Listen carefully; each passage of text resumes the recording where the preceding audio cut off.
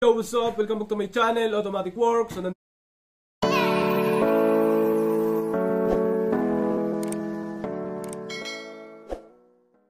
yun, Automatic Works. May customer tayong Honda Civic LXi 1998 model manual. Ang concern ng customer, palyado, tapos minsan umiilaw yung check engine. So sa check engine, wala na akong scanner niyan. Binenta ko na. Tapos ano pa, palyado. Pagka palyado to, apektado lahat to. Idling, aircon. Pag may palya ang Civic, apektado ang idle, yung standby nyo na nakaandar. Aircon, apektado yan, babagsak. Minsan, mangangatal yung makina. Tapos sa takbo, lalo, siyempre, pag palyado, lalo sa takbo niyan. Ito, ano to, manual. Patayin to, lagi. Kaya dapat nakaabang ka rito sa silinyador. Clutch, tsaka silinyador. Kasi laging patayin to. Okay, start natin. Tingnan natin kung anong idle. Good idling ba o hindi. On.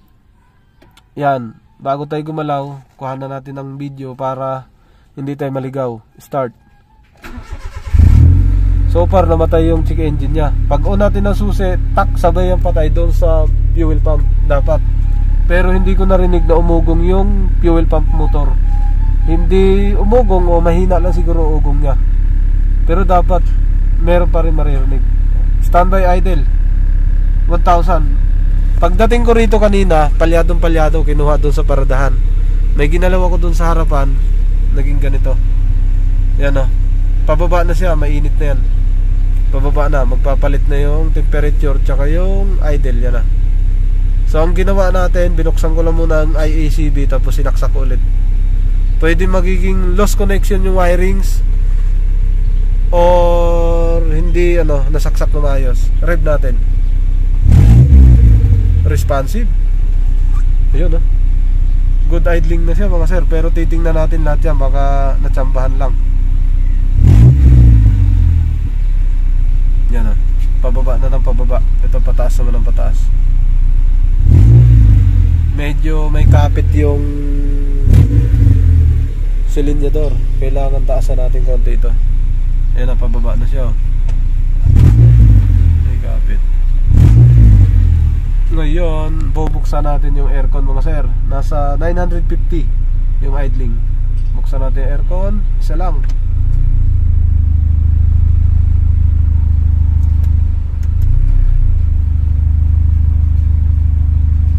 Isa pa. 2, 3. Bumagsak. Ayan na. Bumaba. Malata. Ayun, bumagsak. Isa pa. Ayun, yung kadalasan mga sakit na ito pag Honda Civic.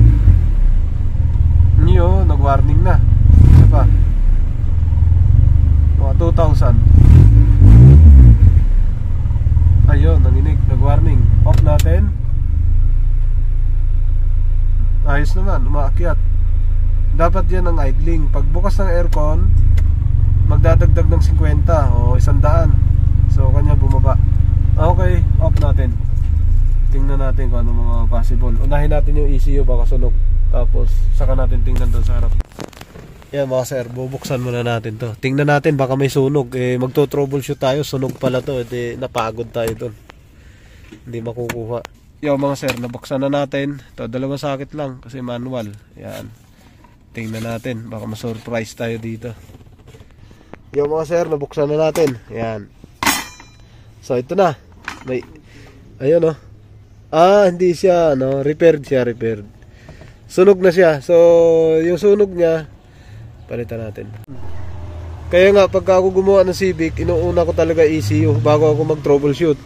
So ang sunog niya mga sir, pumasok sa IACB drive. Yan idle air control drive. So baka goods naman pagkagawa. Pero mukhang hindi Yan Yan, may tama talaga siya mga sir. May tama. So control ng IACB to. Pagka nagsunog yan, kailangan ipapa-repair ng maayos pagka-repair para hindi mag-shorted. Yan, IACB control. Alright. Kaya palyado, pag mainit, umiinit din yan. Positive, negative lang yan. Pag mainit na yung sasakyan, mainit na rin to. Pag mainit na rin to, magbabago na yung temperature ng init. Magbabago na rin yung andar. Hindi pwede yung nagawa lang. Sa likod, back to back yan. Buksan natin sa likod. Yung mga sir, ito yung likod. Ayan. Tapos ito yung harap. Back to back yan. Sana walang shorted yan. Kitang kita na, malayo pa lang. Ayan. Silipin natin ulit. Tingnan natin kung kaya pa, baka shorted. Tanggalin natin yung short. Yung mga sir, ayan na, tinakpan na natin. Pati yung likod. Wala na yung kalat. Yung parang sumabog dito. Wala na. Tapos tiningnan natin kung may shorted. So wala naman. So, mga sir, ito na. Kakabit na natin yon, takip. Tapos balik na natin dyan. Troubleshoot na tayo. Yun mga sir, naibalik na natin ECU. Paanda rin natin ulit. Titingnan natin yung throttle body. Tapos yung IECB, bubuksan ko yan. Tapos yung mga sakit. Tapos PCB valve, titingnan natin. Ito walang problema to. Pag nag-loose, okay lang yan. Walang problema to. Air temperature, injector, yan. Mahalaga yan. Tapos yung hangin nito, mahalaga to. Dapat nakatusok na maayos. Walang butas, walang singaw. Ganon din tong nasa ilalim. Yun nasa ilalim na yun. Papunta doon sa PCB valve. So LXI siya mga sir. Paanda rin natin. Dito naman may kanto. Tigas itulak. Kumakapit. Bago siya gumana, kumakapit yan. Pag napabitaw ka ng bigla dyan, pagbalik tigas na. Kaya dapat nakatulak tong kapraso ganyan para pag accelerate mo, smooth. Okay? Adjust natin kable. Tingnan natin kung saan pwedeng i-adjust yan. Eto na. Let's go. Fire natin. Subukan natin. On susi. Ngik. Check engine is on. Namatay yung check engine. Start tayo. Tingnan natin yung idle. 1.5. Good start. Malamig pa Napaka good start niya. Sarap. Tapakan natin yung accelerator. Maganit. Kumapit. Yan Yun ang sinasabi ko. Yung kapit doon, aapekto dito yan. Kaya nagkakaroon siya ng lag. Kapag inapakan mo, dapat, yan, ganyan dapat. Yan. Ang kaso kasi, bumabalik yung butterfly, umiipit. Kaya pag apak mo, bibigla. Alright. Eto na. Eto, ang gagawin ko dito, pwedeng adjust ako dito, adjust. Mag-adjust tayo. Tapos sisilipin ko lang yung throttle body kung gaano kadumi. Tapos sa motor ng IACB. Bukas aircon. May bagsak pero walang inig. Mataas ang idle. Medyo yan. Alright, timplahin natin mga sir. Okay, walang inig Off aircon. So medyo mataas pa idling. Malamig pa. So buksan mo natin throttle body. Mga sir, nabaklasan natin. So TPS, check natin yon, gilid. Okay naman. Taas bunot. Right, yung mga sakit, dugtungan, check natin. Nakasagad siya Goods na goods, nakasagad. So yung hangin, bunot natin to. Alright, tingnan natin. So ito medyo siya. Medyo nagkaroon ng corroded. Siguro nabasa ng tubig to. Nabasa ng tubig yan. Tapos pumasok dito. Ayan, nagsushort yan dito. May charging bolts dito at saka ground. Tapos signal, tatlo yan Charging bolts, ground, tapos signal. Kaya delikado pag nag-short yan. Nagkakaroon ng epekto yan dahil dito kumukuha yung lakas yung Honda Civic. Yan, dito.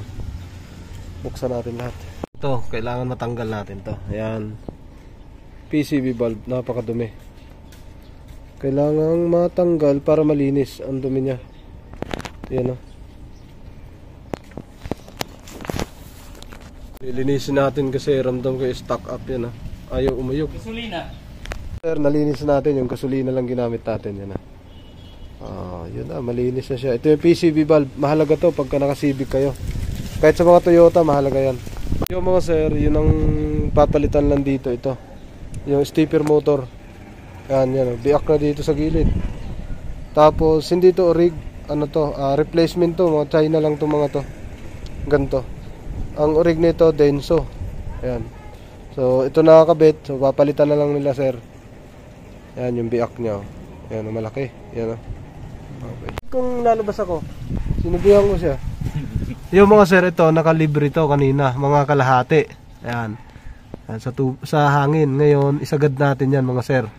Ayan, pagka nakalibre kasi yan, mataas ang hangin. Yan, dapat, kadalasan yan, pagka good sa makina, nakabaon lang yan. Tapos ito, yan o, kung makita nyo. Hindi na tumukod. Yan, hindi na siya tumukod ito. Itong butterfly. Hindi na tumukod. Dito lang siya tumutukod. Dito wala. Kaya pag iganyan mo, maganit. Kaya dapat, pasikarin mo siya ng konti. Ganyan. Sikad ng konti. Tapos may reading yan. 0.5. Pero dito, tansyahin natin. Yan o. Yung open sa ilalim. Hindi siya makasikad. Kaya maganit to. Alright. Adjust natin. Mga sir, naisaksak na natin. Na-adjust na natin to. Yan o. Wala na siyang play. Wala na siyang play na lumalagotok. Yan o. Wala na. Tumutukod na sa ilalim. Pero adjustan pa natin yan. Baka yan ay mataas masyado. Tapos nakasaksak na lahat. Isa, inisprehan natin. Nagkaroon ng corrosion. Ito, ganun din. Tapos ay ACB. So wala na. Nakasaksak na lahat. Start tayo. Ang adjust natin ngayon dyan ay ACB, distributor, hangin. 3. Tingnan natin kung ano mangyari. Malamig ang makina. Painitin natin. On. Ngik. Hindi ko naririnig yung fuel pump. Start.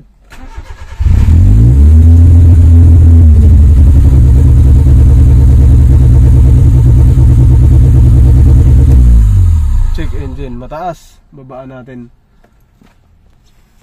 Yo mga sir. So, kaya pala mataas yung idle. Naikot ko to ng 3 beses. Kaya ngayon, ibalik na natin. Map sensor. TPS. Tapos ito. I-adjust natin to mamaya.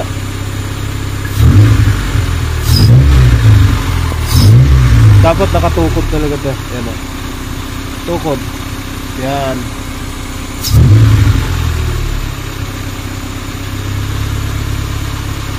Sagad muna natin lahat. Nakasagad. Nakasagad yung hangin. Tapos hindi pa natin na-adjust yun. Paikutin muna natin yung rod pan. Oh, sakit tayo magtitimplahan. Right dito. 1K. Pala na i-rev. Yan, 1K siya mga sir. Paangat pa lang. Paangat pa lang yung temperature natin. Buksan natin aircon. Sisilip lang ako. Bukas aircon, walang galaw. Baba. Adjust natin ito mamaya. Mandar na, hindi na nag-wild. Naikot ang ACB ng 3 beses. Tsaka walang check engine. Yo mga sir, nagpapainit kami ng radiator fan. Hindi pa uminit, hindi pa umikot. Buo naman to. Yan. Hindi pa umikot, hintayin namin. Ito yung coolant niya? Ito, yung sensor. Coolant sensor? Pero umiikot yan ha, kanyo? Oo. O, hintayin natin. Coolant sensor yan? Thermo switch.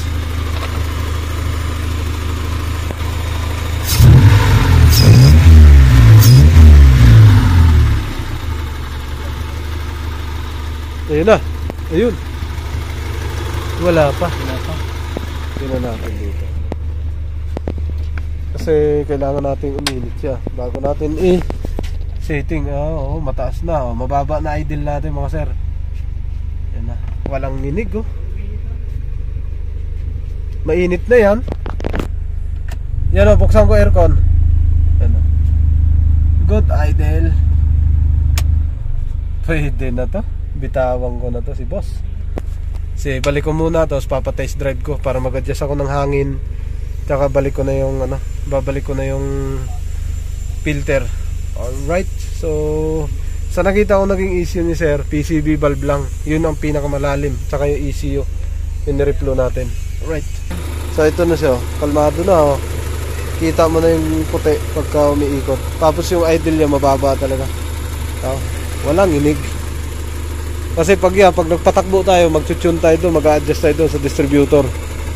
Hangin, mag-a-adjust tayo. Wala pa, hindi umikot. So, mga sir, ito yung una nating ginawa. Ayan, pinatukod ko na. Baka mag-adjust ako dito mamaya. Tingnan ko lang yung aircon. Ayaw pa umikot. Kanina pa. Matagal to.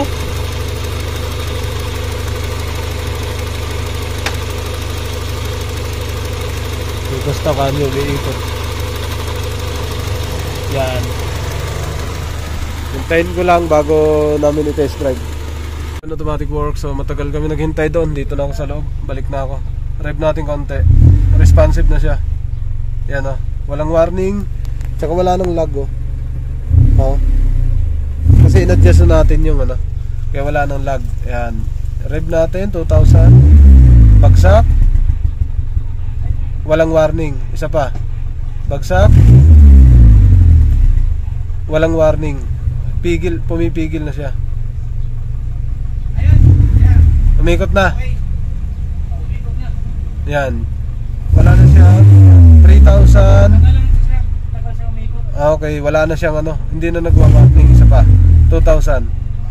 Walang warning. Okay, hindi na nagwa-warning yung ano, tapos nanginginig. Sakto na tayo sa init. Setting na tayo. Papatakbo na ako. Yan o. Alright. So parang putol ang tambot ni sir. So mababa masyado ang idle ni sir kung tutusin. Pero adjustan ko yan. Ngayon on natin aircon. Isa. Tingnan natin kung tataas ang idling. On aircon 1 2. Yun, nakadalawa. Tumaas ng bahagya lang. Ayan, tumaas. Revolusyon natin. Kapiraso lang yung pagtaas mga sir. Walang galaw halos. Ay, hindi pala nakapindot. Yan, pindutin natin. Pindot. Yan, pindot. Yun, tumaas. Ayun, pwede na to. Okay na. Yan o, umangat lang ng konti. Naka 2, 3. Yan na. Alright. Tapos na to mga sir. Off natin aircon. Baba. Tinan mo yung 1. Ayan o, nababawasan yung 1. Okay. Tapos on aircon. Ayan, tumataas siya o. Umaabot na sa 1. Ayan o, naka 3. Naka aircon. Umaabot na sa 1. Alright. Adjust tayo sa hangin mga sir. Malata to. Masyadong mababa ang idle ni sir. Tawagin lang. Yan, upuan mo kasi sisit natin yung idle. Mababa masyado. Yan o. Mababa no? Mababa masyado yan. Akin na sir, tabi. Sara mo to para sure. Ngayon lahat nakababa. Ito na-adjust ko na. IEC, ito. Wala nang lagyan. Dito ako mag-adjust sa likod. Dito tayo mag-adjust mga sir. Ito. Buksan natin yan. Yan. Alright. So pwede dyan, pwede doon. Depende kasi patatakbuhin natin yun eh. Yan, tumaas yung idle yan. Medyo malayo na dun sa isa. Buksan mo aircon sir. Yun, pumalo na siya oh. 900. So standby. Okay. So konti lang. Hindi na kailangan ng abot ng 1. Tingnan natin dito. Off mo sir. Off aircon. Dagdagan natin ng konti. Tingnan natin kung ano mangyayari. Ikot pa isa konti. Yan 900. So ito sa sistema to, tingnan natin kung 900 nga. Ayun, tama. Magwa 1K no? 950. Buksan mo aircon sir. Ayun. Ano nangyari? 1K na siya. 1K. Okay. So yan, sa sistemang yan, depende na sa may-ari yan. Wala na sa akin yon. Depende na sa may-ari kung anong gusto niya. Kung doon sa mababa, doon sa pinakamababa, o doon sa mataas, doon lang i-adjust niya. Patatakbuhin ko na to. Yo mga sir, test drive na kami. Lapit na hinete ko. Pupunta daw to ng Antipolo, magpapatakbo doon. Ayun o, ganda ng idling. Sarap ng tunog ng tambok at saka makina. Synchronize yung tunog ng cambio at saka makina habang naka-aircon no? Oh, sarap.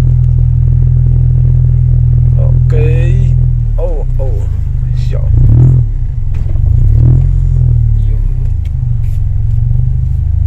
Pugak-pugak to dito no dati.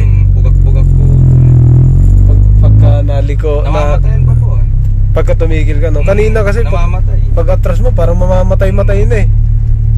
So normal naman namamatayan to. Pero habul-habulan mo kasi yan. Habul-habulan mo ng accelerator.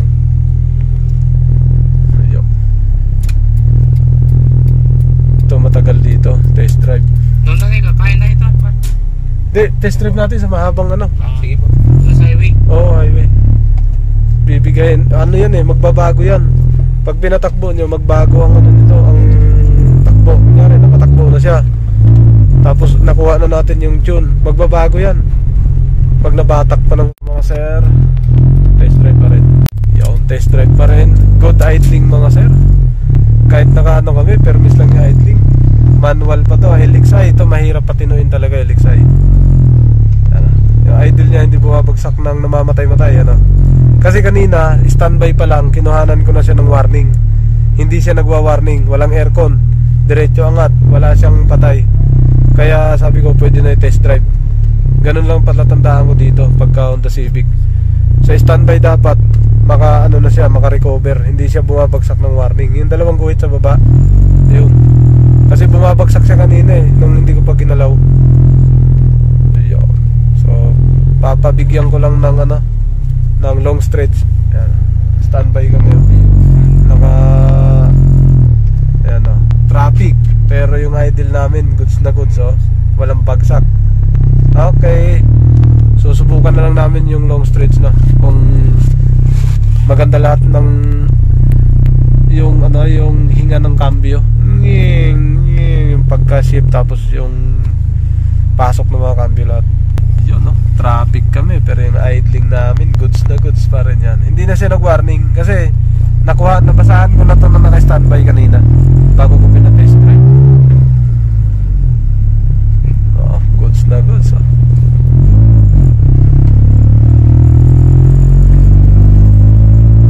Alright, let's do this. Pasok, smooth lahat ng cambio. Kasi tinitingnan ko yun doon sa adjustment. Pagka kasi masyadong mataas ang idle, magkakaroon ng problema dito sa cambio, sa mga pasok ng cambio. Pag mababa naman ang idling, pag mababa ang idling, magkakaroon ng problema doon sa RPM, sa acceleration. Maghahabol ka naman ngayon ng cambio.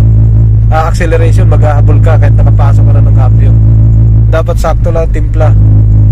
Smooth yung tunog ng makina, smooth yung pasok ng cambio, smooth yung apak ng acceleration. Wala kang lata doon sa RPM. Okay. Oh, sakto-sakto yung hinga. Oh, ano to? Oh, mga sir, nakauwi na kami. Galing test drive, tapos na. Napasabi si sir na Pilipino daw yung andar. Pinong-pino pala. Pinong-pino. Pinong-pino, Pilipino. Yan ang andar ng Pilipino. Ayos na. Kakauwi lang namin galing test drive. Napaka-smooth oh. Sarap naman. Oh, wala na. Uwian na.